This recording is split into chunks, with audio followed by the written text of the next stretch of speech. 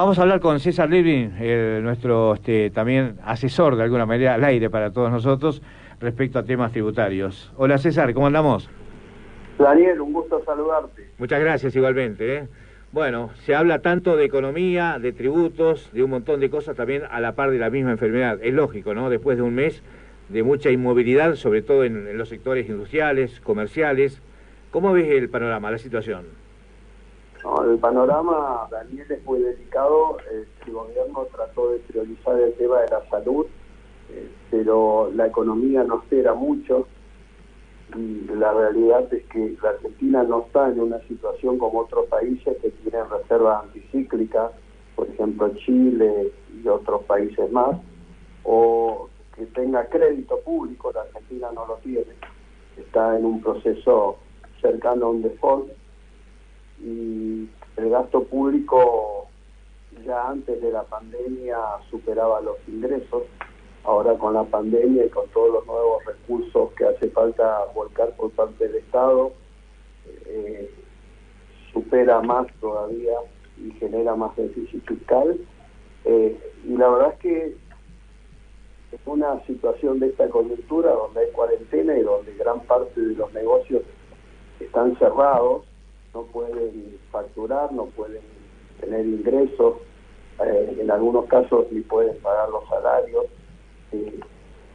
Creo que ahí es donde el Estado tiene que hacerse presente y ayudar y proteger y cuidar a los contribuyentes, que son los que verdaderamente sostienen los gastos del Estado. Es el momento más importante donde el Estado tiene que mostrar su presencia con quienes a través del tiempo aportan para sostener los gastos del Estado. Y desde ese punto de vista, Daniel, he estado investigando un poco qué están haciendo otros países con respecto a los impuestos. Y la verdad, el común denominador, prácticamente todos los países están postergando vencimientos de impuestos. Y desde ese punto de vista, acá no ha habido una decisión clara de postergación de todo lo que hace a la rutina de impuestos que paga una empresa. La liquidación de IVA, anticipos, cuotas de prórroga, SICORE, retenciones, percepciones, ingresos brutos. Bueno, esa infinidad de impuestos que existe, que ya en otros momentos hemos hablado de la cantidad de impuestos que hay en la Argentina, requieren en estos momentos que las empresas, los contribuyentes puedan respirar, llevándolo a un tema metafórico con lo que es la pandemia y con lo que es el coronavirus, donde se traduce en definitiva en un problema respiratorio y hace falta respiradores para curar a los que se enferman lamentablemente con este virus. Acá también los contribuyentes necesitan un respirador para poder pagar los gastos de estructura, mantener la fuente de trabajo, porque hay que pensar en la post-pandemia. Empresa que se muere después o empresa que se debilita muscularmente, después va a ser muy difícil volver a tener, vamos a decirlo de esta forma, el tono muscular que se tenía antes. Entonces, lo que creo, convicción mía, es que el Estado debe hacerse presente, postergar vencimientos de impuestos. César, también se anunció desde las últimas horas acerca de préstamos para monotributistas, el pago de salarios del 50% para las empresas, retroactivos al salario de febrero. Bueno, ¿todo eso no alcanza? Y no alcanza porque la liquidación del IVA, las declaraciones juradas, ingresos brutos, las cuotas de prórroga, la rutina de vencimientos va mucho más allá. Quiero clarificar lo que salió anoche, porque ahora nos encontramos que sábado y domingo se publica en el boletín oficial. Los abogados y contadores veíamos el boletín oficial de lunes a viernes, y incluso lo leíamos temprano. Ahora a veces salen 2 veces en el día, incluso sábado y domingo. Eso es positivo desde el punto de vista que el Estado está activo, pero quizás no alcanza. Lo que salió anoche es una modificación a un decreto reciente, pero que lo hace un poco más beneficioso. A las empresas que han presentado ante el Ministerio de Trabajo para pedir una serie de beneficios, ¿sí? Le van a dar un salario complementario para los trabajadores del sector privado que se presentaron, que son cerca de 400.000 contribuyentes. Le van a dar hasta el 50% del salario neto de febrero. Hasta el 50% del salario neto de febrero. Y en un rango entre 16.875 hasta 33.750 por trabajador para abril, mayo y junio. Esto es un buen beneficio. Se mantiene la disminución de los aportes patronales y el seguro de desempleo va entre 6.000 y 10.000 pesos. Más el crédito a tasa cero para monotributista autónomo con garantía del Estado y que los intereses los va a pagar el Estado. Todos los que presentaron el retro, que es un sistema tipo preventivo de crisis, se reconvierte a el nuevo decreto que salió anoche. Esto es un buen beneficio, pero en esta situación de puertas cerradas, persianas cerradas, es bueno, pero no alcanza. Aún con estos beneficios y teniendo en cuenta la situación, vos que asesoras muchas empresas, hay un porcentaje importante que se encuentra en una situación difícil, por ejemplo, no puede pagar sueldos igualmente. Y sí, claro. Imagínate que las empresas, en la Argentina el 98% de empresas son pymes. Daniel, las pymes trabajan al día. Así como mucha gente vive al día en Argentina, también las pymes viven al día, viendo lo que ingresa y con lo que ingresa hacer frente a sus obligaciones. Y esta pandemia encontró a muchas pymes sin reservas y en algunos casos hasta endeudadas. Y se le corta el ingreso que estaba en cualquier cash flow. Con eso hay que afrontar la mochila de compromisos anteriores y los posteriores. Hay que pagar alquileres, hay que pagar sueldos, hay que pagar a proveedores. Por supuesto que esto ayuda, pero no es suficiente. Litvin, este paquete de medidas puede ser que esté direccionado para distintos sectores, digamos, como para una pyme, como para un autónomo. ¿Usted cómo lo observa, cómo lo analiza ese paquete de medidas de hoy? Sí,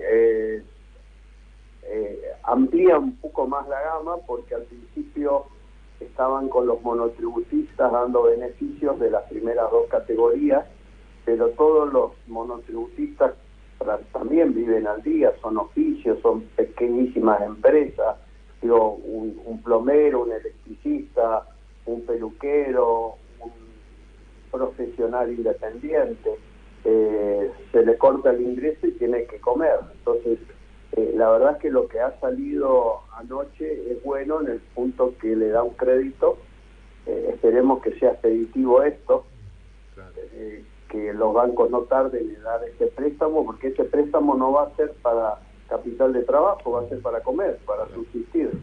Entonces me parece bueno, por eso digo, está bueno para los monotributistas, está bueno para los autónomos, está bueno para las empresas, pero no alcanza. Y por otro lado, ¿no? Esta cuestión de, por ahí, esto ya es un poco más filosófico, ¿no? En medio de esta pandemia, volver a refugiarse muchos en el Estado, en la ayuda y en un rol activo del Estado, ¿no? Más que del sector privado. Es como una revisión, ¿no? Y la verdad que el mundo está haciendo eso. Si vos te fijás que hace Estados Unidos, que hace Europa, inyecta dinero. Claro, hay una diferencia. Estados Unidos el que tiene mayor déficit fiscal del mundo, pero tiene mucho crédito. Emite bonos del Tesoro americano y todos suscriben esos bonos. Sí, sí. A pesar que hoy la tasa es cero, pero tiene crédito. Alemania tiene superávit fiscal, no tiene problema. Y otros países tienen reservas. Y con esas reservas, ¿qué son las reservas? Se usan para situaciones fortuitas, para situaciones de emergencia. ¿Qué mejor emergencia que la Argentina? Las reservas están anoréxicas y tenemos déficit fiscal y no tenemos financiamiento. O sea, ninguna de las alternativas son buenas. O emitimos o cobramos más impuestos de los que ya están. Emitimos, tiene efectos nocivos, sí, claro.